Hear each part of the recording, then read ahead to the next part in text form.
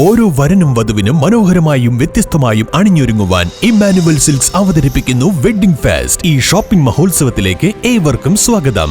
Emmanuel silks.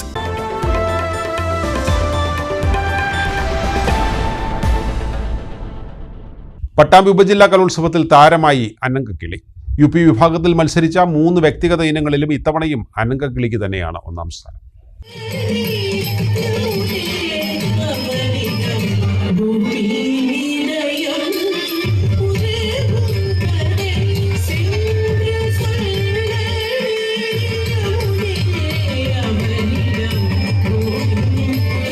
UP വിഭാഗം ദേശഭക്തി ഗാനാലാപനത്തിലും ഉറുദു സംഘഗാനത്തിലും അനങ്കക്കിളി പങ്കെടുക്കുന്നുണ്ട്.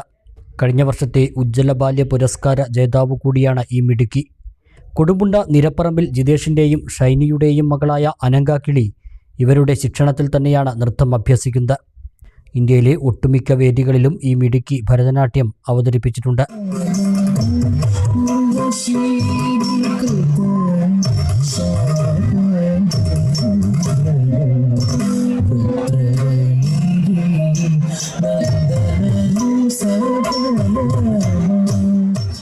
നിരവധി പുരസ്കാരങ്ങളും ഇതിനകം തേടിയെത്തി. നല്ല സന്തോഷം തോന്നുന്നുണ്ട്.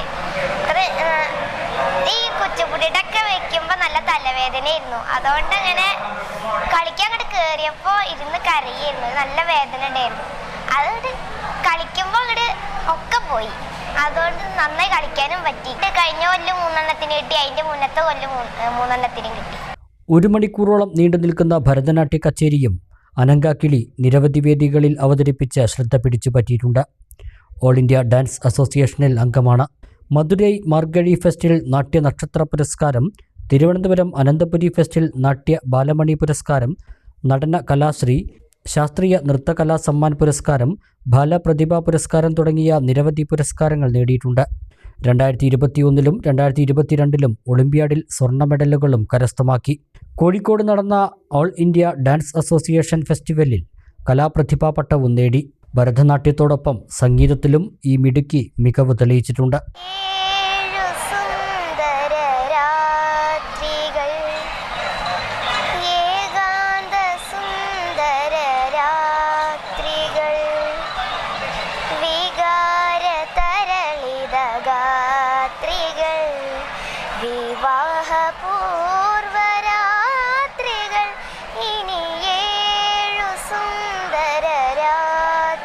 ചെറുപ്പം മുതൽ തന്നെ ഡാൻസിനോട് ഭയങ്കര താല്പര്യം കാണിച്ചിട്ടാണ്.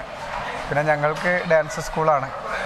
അപ്പോൾ ഞാനും വൈഫും തന്നെയാണ് ഡാൻസ് കൈകാര്യം ചെയ്യണത്. അപ്പോൾ ഞങ്ങളുടെ കുട്ടികളുടെ ഒപ്പം അവരുടെ ഇടയിൽ കളിച്ച് അതിനോട് കുറച്ചും കൂടി താല്പര്യം കാണിക്കൽ തുടങ്ങിയപ്പോൾ കുറച്ചും കൂടി നമ്മൾ ശ്രദ്ധിക്കാൻ തുടങ്ങി.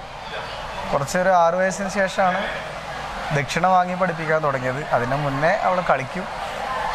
പിന്നെ സ്കൂളിലെ വിഷയങ്ങളും കാര്യങ്ങളൊക്കെ ശ്രദ്ധിക്കണതിൻ്റെ കൂടുതൽ ഡാൻസ് തന്നെയാണ്. അപ്പോൾ പിന്നെ അവളുടെ ഒരു പ്രൊഫഷണൽ ഡാൻസ് ആവട്ടെ എന്ന് വിചാരിച്ചു.